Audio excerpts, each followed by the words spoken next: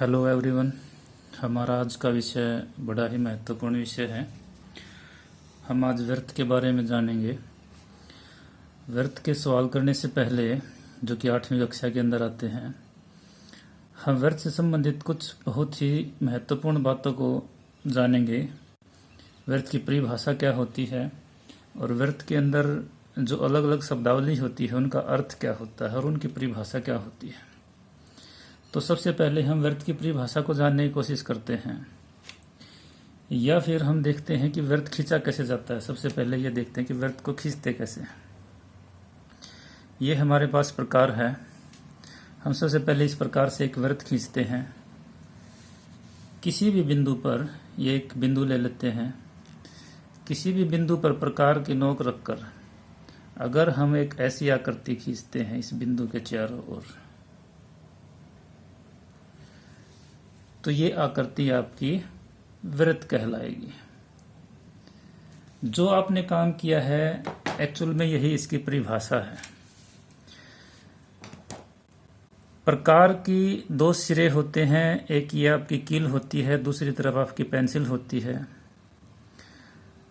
इन्हीं दोनों से आपने वृत्त खींचा है, तो इसी के अनुसार आपने परिभाषा देनी है कि प्रकार की कील किसी बिंदु पर रखकर उस बिंदु के चारों तरफ जो आकृति खींची जाती है उस आकृति को वृत्त कहते हैं। दोबारा से सुन लेना। प्रकार की कील किसी बिंदु पर रखकर उस बिंदु के चारों तरफ जो आकृति खींची जाती है उसे वृत्त कहते हैं। और इस आकृति में सबसे महत्वपूर्ण बात यह होगी कि ये जो आकृति है इसका प्रत्येक बिंदु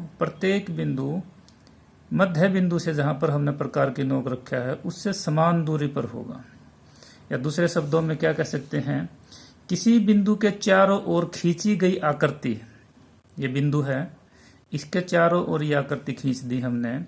किसी बिंदु के चारों ओर खींची गई आकृति जिसकी दूरी, यानी कि इस आकृति की दूरी उस बिंदु से हमेशा समान रहे।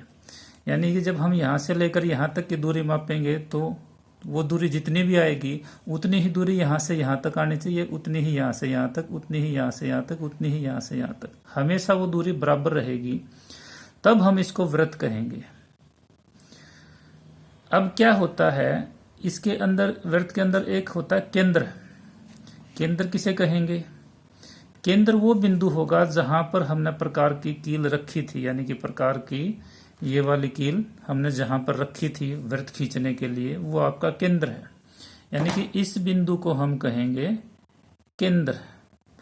परिभाषा कैसे लिखेंगे अगर एग्जाम में आ जाती है तो, जिस बिंदु के चारों ओर वृत्त खींचा जाता है वो बिंदु उस वृत्त का केंद्र कहलाता है। कोई जरूरी नहीं यही परिभाषा आप याद करो। ये ऐसे भी कह सकते हो कि वृत्त के मध्य में स्थित बिंदु जिसकी दूरी परिधि से चारों तरफ से बराबर हो, परिधि से यानी कि वृत्त से हमेशा समान रहे। एक ऐसा बिंदु जो वृत्त के मध्य में स्थित होता है और जिसकी दूरी हमेशा वृत्त से समान होती है, वो वृत्त का केंद्र कहलाता है।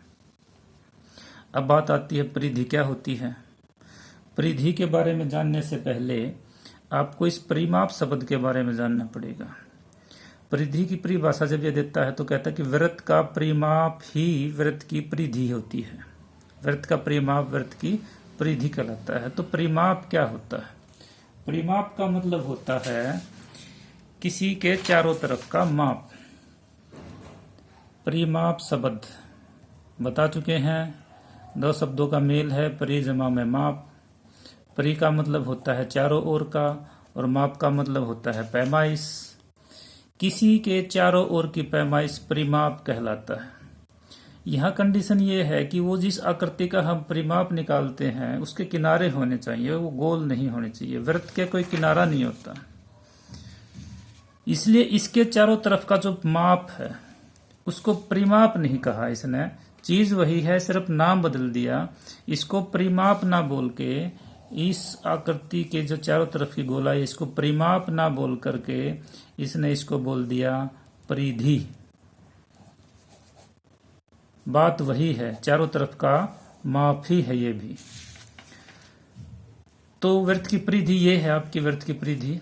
इसको हम, आपके पास ये वृत्त है, ये जो है गोल लाइन, इसको हम बोलते हैं परिधि। ये वृत्त की परिधि हो जाएगी। यहाँ आपका वृत्त का केंद्र है, ये केंद्र है और ये आपका वृत्त है। इसके बाद आती है त्रिज्या। त्रिज्या क्या होती है? वृत्त खींचने के लिए हमने जितना प्रकार खोला था वही वृत्त की त्रिज्या होती है। ये हमने वृत्त खींचा था, हमने इतना प्रकार खोल रखा था, तो ये जो दूरी है यहाँ से यहाँ तक जितना प्रकार हमने खोल रखा था, यही आपके वृत्त की त्रिज्या है। लिखेंगे कैसे इसको? या हम इसको ऐसे भी कह सकते हैं कि कोई आपके पास वृत्त है, ये आपका केंद्र है, ये आपकी परिधि है। परिधि पर अगर हम कोई बिंदु ले लेते हैं और उसको केंद्र से अगर हम मिला देते हैं तो ये जो दूरी है, ये दूरी आपकी त्रिज्या कहलाएगी। अब इसी को शब्दों में लिखना है। परिधि पर स्थित किसी बिंदु को, परिधि पर स्थित किसी बिंदु को जब केंद्र से मिलाया जाता है तो इस प्रकार बना रेखाखंड आपका त्रिज्या कहलाता है। वृत्त की परिधि पर स्थित किसी भी बिंदु को केंद्र से मिलाने वाला रेखाखंड उस वृत्त की त्रिज्या कहलाता है। अगली बात आती है व्यास की, कि व्यास क्या होता है। व्यास के बारे में 2-3 बातें हैं। अगर इसी को हम डबल कर देते हैं, यानी कि इधर वाली त्रिज्या तो है ही और इधर वाले भी खींच दे, यानी कि ये एक सरल रेखा की तरह हो जाएगा। ये रेखाखंड होगा आपका सरल रेखाखंड सीधा, ये कोण 180 डिग्री का होना चाहिए। तो ये आपका व्यास हो जाएगा। अब व्यास के अंदर 2 त्रिज्या होती है, इसके अंदर से एक इधर और एक इधर। तो व्यास की एक परिभाषा तो ये भी होती है कि ये त्रिज्या का दुगना होता है, यानी कि त्रिज्या का दुगना व्यास कहलाता है। या ऐसे भी कह सकते कि व्यास बराबर 2 गुना में त्रिज्या, यानी कि त्रिज्या का डबल। या फिर ऐसे कह सकते हैं कि परिधि पर 2 बिंदु हैं, एक इधर एक इधर, ये आपका पूरा का पूरा व्यास है। ये परिधि पर 2 बिंदु है, एक बिंदु ये है, एक बिंदु ये है। इन दोनों को मिलाने वाला रेखाखंड जो केंद्र से गुजरे, यहां आपका केंद्र प्रमुख है, केंद्र से गुजरना बहुत जरूरी है। ये वृत्त की परिधि पर स्थित 2 बिंदु, इन बिंदुओं को मिलाने वाला रेखाखंड जो केंद्र से गुजरे व्यास कहलाता है। वृत्त की परिधि पर स्थित 2 बिंदुओं को मिलाने वाला रेखाखंड जो केंद्र से गुजरे व्यास कहलाता है। इसके बाद जीवा आती है। जीवा और व्यास की परिभाषा में थोड़ा सा अंतर है। जीवा को समझने की कोशिश करते हैं। ये आपका वृत्त है, ये इसका केंद्र है। यहां भी परिधि पर 2 बिंदु होते हैं, एक बिंदु ये है, एक बिंदु ये है। इनको मिलाने वाला रेखाखंड ही आपकी जीवा कहलाएगा। परंतु ये केंद्र से नहीं गुजरना, इसका जरूरी नहीं है केंद्र से गुजरना। व्यास का जहां केंद्र से गुजरना जरूरी है, केंद्र से गुजरे, ये बहुत जरूरी है, वहीं जीवा का केंद्र से गुजरना जरूरी नहीं है। क्या हो अगर ये केंद्र से गुजर जाए? अगर ये केंद्र से गुजर जाता है फिर हम इसको जीवा नहीं कहेंगे, फिर हम इसको व्यास कहेंगे। चीज वही है, नाम बदल जाएगा सिर्फ।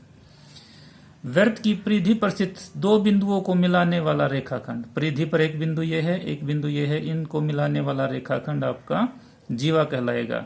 व्यास को हम जीवा कह सकते हैं, परंतु जीवा को व्यास हम नहीं कह सकते। ये जीवा है, इसको हम व्यास नहीं कह सकते क्योंकि ये केंद्र से नहीं गुजर रहा। इस व्यास को हम जीवा कह सकते हैं क्योंकि ये जीवा की परिभाषा को पूर्ण रूप से पूरा करता है कि परिधि पर से 2 बिंदुओं को मिलाने वाला रेखाखंड। इसके अलावा 2-3 चीजें और हैं, जिसमें एक है चाप। चाप क्या होती है? चाप के बारे में हम बता देते हैं आपको कि कोई वृत्त है आपके पास, इस वृत्त की ये परिधि है, परिधि पर 2 बिंदु ले लेते हैं। इन दोनों बिंदुओं के बीच की जो परिधि है, दोनों बिंदुओं के बीच की परिधि, इसको हम चाप कहते हैं। या दूसरे शब्दों में ऐसे कह सकते हैं कि चाप परिधि का एक टुकड़ा होता है। यह आपकी परिधि है, परिधि का एक हमने टुकड़ा काट लिया, यही टुकड़ा आपका चाप कहलाएगा। आप इस वाले हिस्से को भी चाप कह सकते हैं और इस वाले हिस्से को भी चाप कह सकते हैं। ये चाप छोटी होगी, ये चाप बड़ी होगी। वृत्त की परिधि पर यदि दो बिंदु ले लिए जाएं तो परिधि का वह भाग जो इन बिंदुओं के बीच में है, एक बिंदु ये है, एक बिंदु ये है, इनके बीच में जो भाग है वो आपका चाप कहलाता है। अर्धवृत्त, वृत्तखंड और त्रिज्याखंड, इनके लिए आपको अर्धवृत्त के लिए व्यास का होना जरूरी है। इसको भी देख लेते हैं। ये आपका वृत्त है, ये केंद्र है। केंद्र से गुजरती हुई हमने एक ये रेखाखंड खींच दिया जो परिधि को दो हिस्सों पर मिलाता है। ये क बिंदु है, ये ख बिंदु है जैसे, और ये आपका केंद्र है। ये जो व्यास है ये वृत्त को दो भागों में बांटता है, एक भाग ये है, एक भाग ये है, और ये दोनों के दोनों भाग समान होंगे, इसलिए इन दोनों भागों को अर्धवृत्त कहते हैं। अर्ध का मतलब होता है आधा, यानी कि वृत्त का आधा भाग। तो अर्धवृत्त का मतलब वृत्त का आधा भाग जो कि हमारा व्यास द्वारा किया जाता है। तो इसकी परिभाषा होगी व्यास वृत्त को दो बराबर भागों में बांटता है, बराबर भागों में बांटता है, ध्यान रखना, प्रत्येक भाग अर्धवृत्त कहलाता है। इसके बाद आता है वृत्तखंड। क्या होता है? ये जीवा के द्वारा होता है। यह आपका वृत्त है, यहाँ परिधि पर दो बिंदु लिए, इन दोनों को मिला दिया, ये आपकी जीवा होगी। इस जीवा ने भी वृत्त के दो भाग कर दिए, एक ऊपर है एक नीचे है, परंतु ये दोनों भाग छोटे बड़े हैं, इसलिए हम इनको वृत्तखंड कहते हैं, अर्धवृत्त नहीं कह सकते। वृत्त का मतलब वृत्त, खंड का मतलब टुकड़ा, यानी कि वृत्त का टुकड़ा, एक टुकड़ा ये है, एक टुकड़ा ये। जो बड़ा टुकड़ा है उसको बोला जाता है दीर्घवृत्तखंड, और जो छोटा टुकड़ा है उसको बोला जाता है लघु वृत्तखंड। तो वृत्तखंड की परिभाषा होगी आपकी, जीवा वृत्त को जीवा वृत्त को दो भागों में बांटती है, बराबर भागों में नहीं बांटती। इनमें से प्रत्येक भाग वृत्तखंड कहलाता है। जो बड़ा भाग है वो दीर्घ वृत्तखंड कहलाएगा और जो छोटा भाग है वो लघु वृत्तखंड कहलाएगा। उसके बाद आता है त्रिज्याखंड। क्या होता है? त्रिज्याखंड के अंदर देख लेते हैं क्या होता है त्रिज्याखंड में। यह आपका केंद्र है। त्रिज्या की परिभाषा आपको पता है कि परिधि पर कोई बिंदु है जिसको केंद्र से मिलाएं, इस प्रकार जो रेखाखंड बनता है वो आपकी त्रिज्या होती है।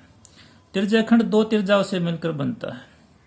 दो त्रिज्याओं के बीच का क्षेत्र, यानी कि बीच का जो खंड होता है, टुकड़ा होता है, वो आपका त्रिज्याखंड होगा। वृत्त में दो त्रिज्याओं के बीच का खंड यानी कि भाग त्रिज्याखंड कहलाता है। तो ये जो हिस्सा है ये आपका त्रिज्याखंड है। ये जो ऊपर वाला भाग है ये भी इन्हीं दोनों के बीच में है, तो ये भी आपका त्रिज्याखंड है। ये बड़ा भाग है, इसको दीर्घ त्रिज्याखंड, दीर्घ का मतलब होता है बड़ा, लघु का मतलब होता है छोटा। तो बड़े भाग को दीर्घ त्रिज्याखंड बोलेंगे और छोटे भाग को बोलेंगे लघु त्रिज्याखंड। अब एक आखिरी पॉइंट हमारा बचता है स्पर्श रेखा। कि स्पर्श रेखा क्या होता है? कोई भी ऐसी रेखा जो वृत्त को किसी एक बिंदु पर स्पर्श करे। जैसे आपका ये वृत्त है, ये कोई एक बिंदु है, अगर इसको स्पर्श करती हुई कोई रेखा चली जाए, रेखा है यहाँ पर, रेखा शब्द है ध्यान रखना, अगर इसको स्पर्श करती हुई कोई रेखा चली जाए, एक ही बिंदु पर स्पर्श करेगी, एक से ज्यादा पर नहीं, तो ये रेखा स्पर्श रेखा कहलाएगी। वह रेखा जो वृत्त को केवल एक बिंदु पर स्पर्श करे स्पर्श रेखा कहलाती है। आज के लिए इतना ही। अगर आप चाहते हो कि ये पीडीएफ फाइल के रूप में आपको मिले तो डिस्क्रिप्शन बॉक्स के अंदर इसका लिंक आपको मिल जाएगा। और वीडियो को लाइक, शेयर और कमेंट जरूर करना, चैनल को सब्सक्राइब करना। धन्यवाद।